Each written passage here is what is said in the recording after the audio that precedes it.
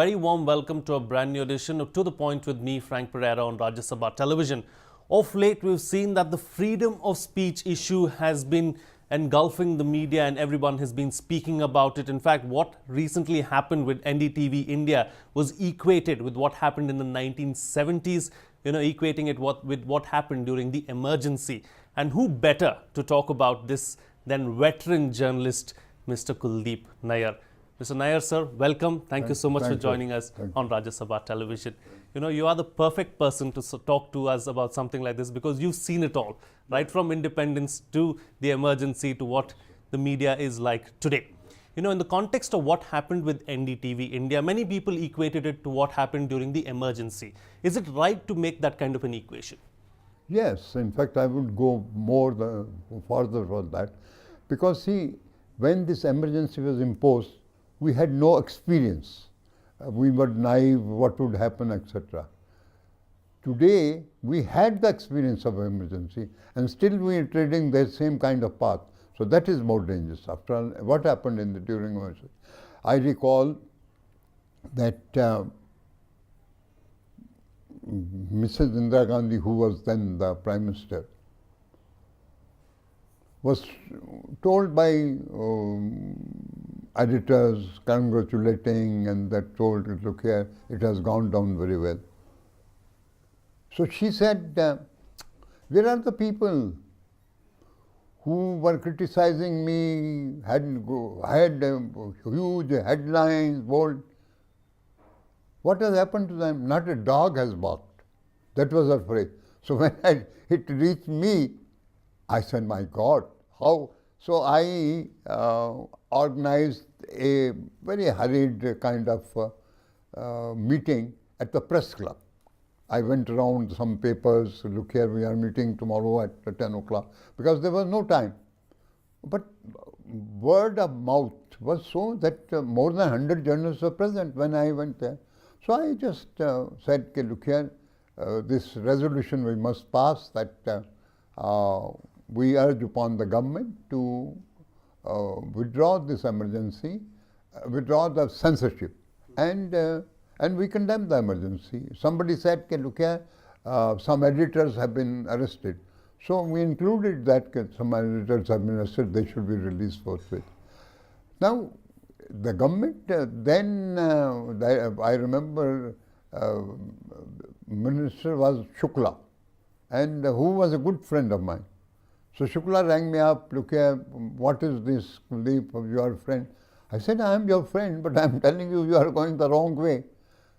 He said, some people say you are opponent and so then that we should arrest you. I said, you can arrest me. And they did arrest me yes. later. But what I am trying to say is now, at this time, a ban on TV means the government knows all these things, knows the sentiments of the press and the people. Still they have done it. That means they are not bothered about what people think, etc. And this Information Minister Venkatayya says, it is in the interest of the nation that one day we have taken on. What is the interest of the nation? Not by blacking out of NDTV. I would say those people who are doing this thing should one day be hauled up before some court and really punished. We did punish people, some after the emergency, but we were not taken that serious because Mrs. Gandhi came back and the whole thing came back. But now we should be doing that whenever because this government, BJP government, was really against the emergency. They are the ones who also quoted arrest. But now since they are, that means anybody part of the establishment becomes the same way. Is there true freedom of press or freedom of speech in today's journalism? Well, you have asked a very delicate question. Yes, I would say the contours have got restricted. Boundaries have been drawn and they are not as free as used to be. But still, within that framework, journalists can play a role. Because what has happened today, journalist has surrendered. He is not fighting. Otherwise, I'm saying, what is the... Now what has happened is this contract system which has been introduced. Not after Nehru had the Working Journalists Act because he wanted to give them protection of the job. But now is the contract system, 2 years, 3 years, so this sword is hanging, so journalist is not free that way. He works within that domain. But I still say that within domain also he can assert or he can do anything, but he has surrendered. You know, unfortunately today, the media houses are owned or governed by politicians and business tycoons. So the framework really to work around this is very limited. So can you really blame the journalist at this point in time for not carrying out his core responsibility? Agreed. That means, see, we in journalism, at least used to be, we came to this profession not for any money, for not anything. It was a sort of a passion, determination. But look here, we the journalists are doing. So even that time it was there. But now, if journalist is thinking of only a job, so then what is the... I would say he came to here to this profession because this was something beyond the job, something more than the job. And now if he is thinking of a job, look here, this is more money. So that is where I think the freedom of speech has got restricted, because journalist himself or herself has become prisoner of this money, job, security, that kind of thing. So would you say then journalists have sold their soul to the devil by getting huge amounts of money? Some of these editors get in crores every year. I agree, but maybe this, I would phrase it differently. I wouldn't go that far, but I would say that they are not carrying out their responsibility. And because of the money involved or the job involved, they are compromising too often and too much. You know, let's move on now and talk about what has happened in Kashmir. You know, in July, publication of newspapers were not allowed for a few days because of the situation there in Kashmir. A newspaper has now been banned recently, you know, as recently as in October. So, you know, even that situation there, the journalists are very upset with everything that's happening. Would you say that the government should have handled the situation a little differently as far as the press in Jammu and Kashmir is concerned? Yes, I am of the opinion that whatever the situation, the press cannot be fettered. The opinion cannot be restrained. Because if you do not know what the facts are, if you do not know, you are not able to express yourself or voice your opinion, then what is it? Then you are part of establishment. So what Kashmir is doing there happened. I think it's very different from ours. I was there recently and I talked to them. They are not pro-Pakistan. They want Kashmir to be an independent state. So I told them, I said, look here, it's not possible.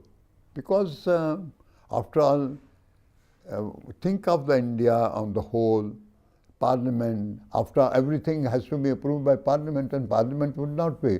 See, they said that is your problem, that we want independence. Now, this voice should be allowed to be raised. I am not at all that it should be muzzled. Then it's up to the government and then up to the journalists how much they can assert, how much they can, the space which is there they can occupy. I am unfortunately, the rest of India is not really cooperating with the Kashmiri press. See, when it comes to Kashmir, we, the rest of the country, are bound to be too nationalist, too patriotic. So that problem. You know, let's broaden the spectrum a little bit as far as Kashmir is concerned and talk about it, because it's a very important issue. Yes. And you're quite an authority on Jammu and Kashmir because you've written several books and you've been there a lot and you've reported a lot on Kashmir as well. Do you believe that the situation that is prevailing in Kashmir right now is one of the worst situations that has prevailed in that state? We've seen similar kind of protests in the past as well. What is different this time around? Well, it is worse in the sense that now it has become more religious, Islamized. I'm saying if today the demand for independence, I'm saying it could be independence of Jammu and Kashmir, no, only the valley. The valley means 98% Muslims. And I already saw when I met them, they said we want independent Islamic state. So I said, we are already sick of one Islamic state, how do we give you another one? That is your problem. So they want an independent Islamic state. I said, Valley as an independent state is not viable. I'm saying, say that we shall see that, but we want that. Now, this, if you today give that kind of freedom, then what happens to the rest of the country? There are so many demands has been, I remember Tamil Nadu started with the independent Tamil Nadu, Kerala, etc., all these. But slowly and gradually, they all got merged into the Indian mood and the idea of India. I am sure, as given time, Kashmir would do that. But if the rest of the country, that is apart from the valley, we in India are always looking towards them with suspicion. Now take for example Bangalore. I remember some engineer, Kashmiri engineer went there for a job. So he told me that when he read Kashmiri, he was into my, but when he read Kashmiri Muslim, the question didn't arise. So when we in the country look towards them with suspicion and not give them the same opportunity which we give to others, then we have to face the repercussions. We have to change ourselves. Look at, if they are part of the country, they are part of the country, whatever their views. Maybe as the time goes, they will change, or we would be able to help them to change. But that's not happening. Could the situation this time around have been handled a little differently in Kashmir? Yes. I personally think that, see, a person like Yasin Malik, Shabir Shah. You have spoken to them in the past. They were agreed, they were very separatists or whatever you can say, but still they sought some kind of status within India. Now that is changed. Now they are irrelevant because they wanted this kind of thing and it didn't happen. Sheikh Saab, he is not relevant today, even though he joined India willingly when the British paramountcy lapsed. So what I am very much worried about is that in our country, we have not been able to really project secularism in the way it should be. Or we do not really project in the sense because we do not ourselves believe that secularism means equal right for the minority. The Constitution. Constitution becomes supreme, not the religion. That is, we have not been able to do. And today I find that slowly and gradually people are moving towards the right. So that is going to be a problem. India is the largest democracy in the world. Yes. And, as far as a democracy is concerned, every portion of society must be represented well by the democracy. Is every section of society being represented by the press today as far as India is concerned? Well, because see, press today is not the press of our days. Then it did not matter who was the owner, it did not matter which was the government. Then you were doing your professional job. You are critical or positive, whatever you might say, depending upon the situation or the event.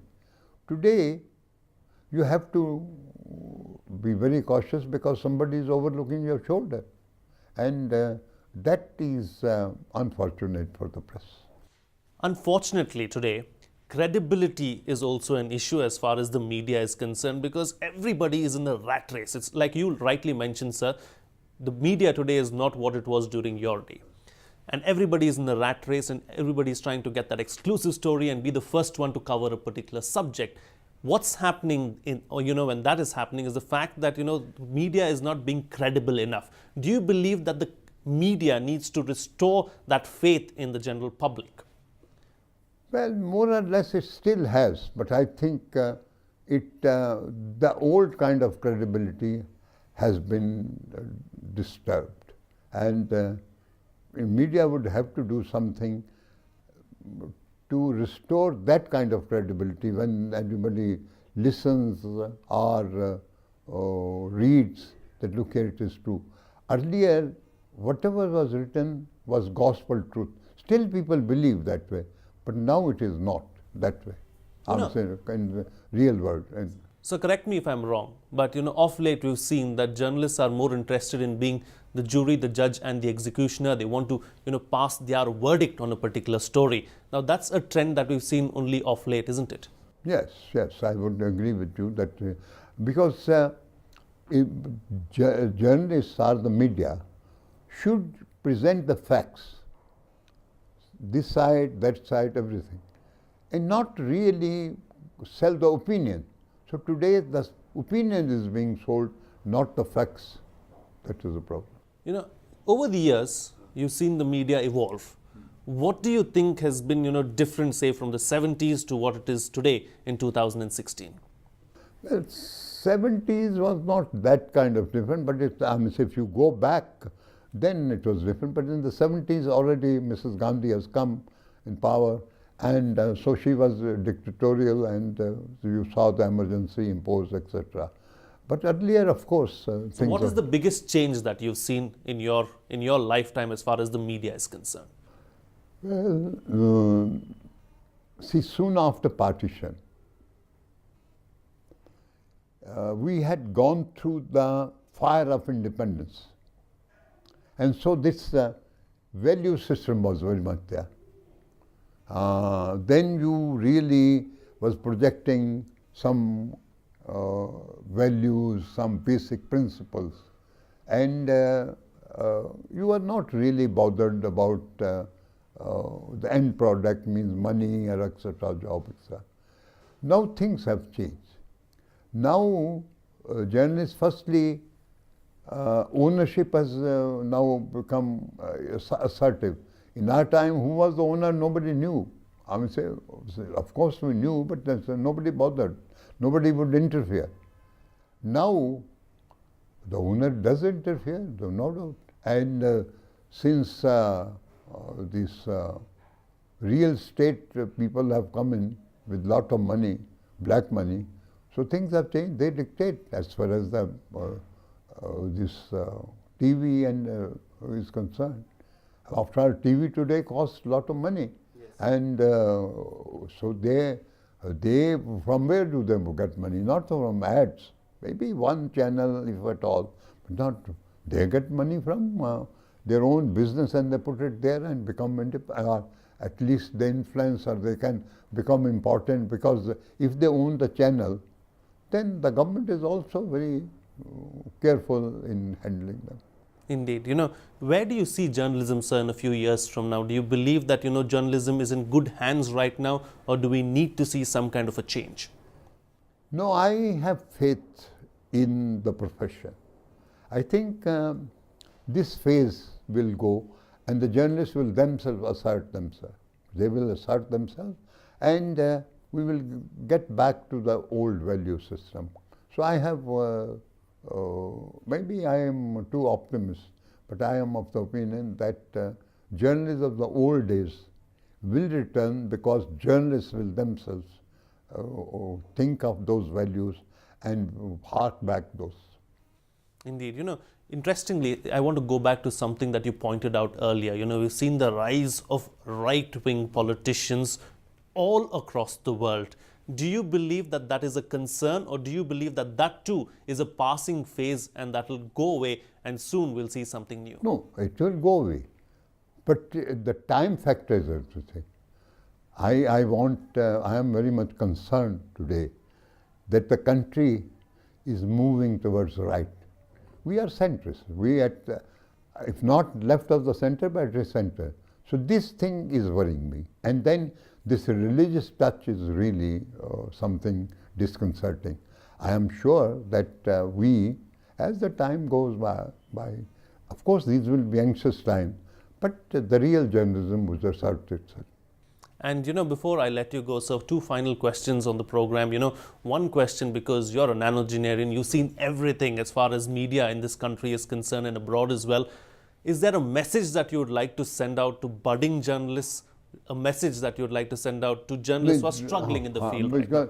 I would say to the budding journalists or the journalists who are in the profession, that look here, we came to this profession not because of money. We came to this profession because we look something beyond. We, the journalists, have a duty towards the society, towards the country, towards the people. And that is, we must, that idea of India, which is really our aim, that is democratic, secular India. They must fight for that. And whatever they write or whatever they sing, that idea must be at the back of their mind. That is one message I want to give them. And in the process, whatever sacrifice you have to do, this has to be done, because that is part of your struggle, and struggle for the well-being of the country, struggle for the principles of the country, struggle for the idea of India. It's a very great message and a good message for budding journalists as well. But before I let you go, Mr. Nayar, one final question, of course, is, as far as the country itself is concerned, do you believe that we are in a good place? And also, as far as the present government is concerned, it's been more than 2.5 years. How would you rate the report card of the government thus far? Well, I would say this, if I were to give marks out of 10, I would give this government 4 out of 10. I wouldn't fail them, but I wouldn't place them very high. Yes, they have been able to hold the country together. I would say, by and large, there have not been so many communal riots, etc. But the people's minds, I find, is more polluted today than it was yesterday, than in my time. Okay. We'll have to leave it at that, Mr. Nayar. Thank you so much for joining us on the program and putting things into perspective for us. It was an honor really having you on the program, and it was an honor listening to your insights. That's all the time we have on this edition of To The Point. Thank you so much for watching.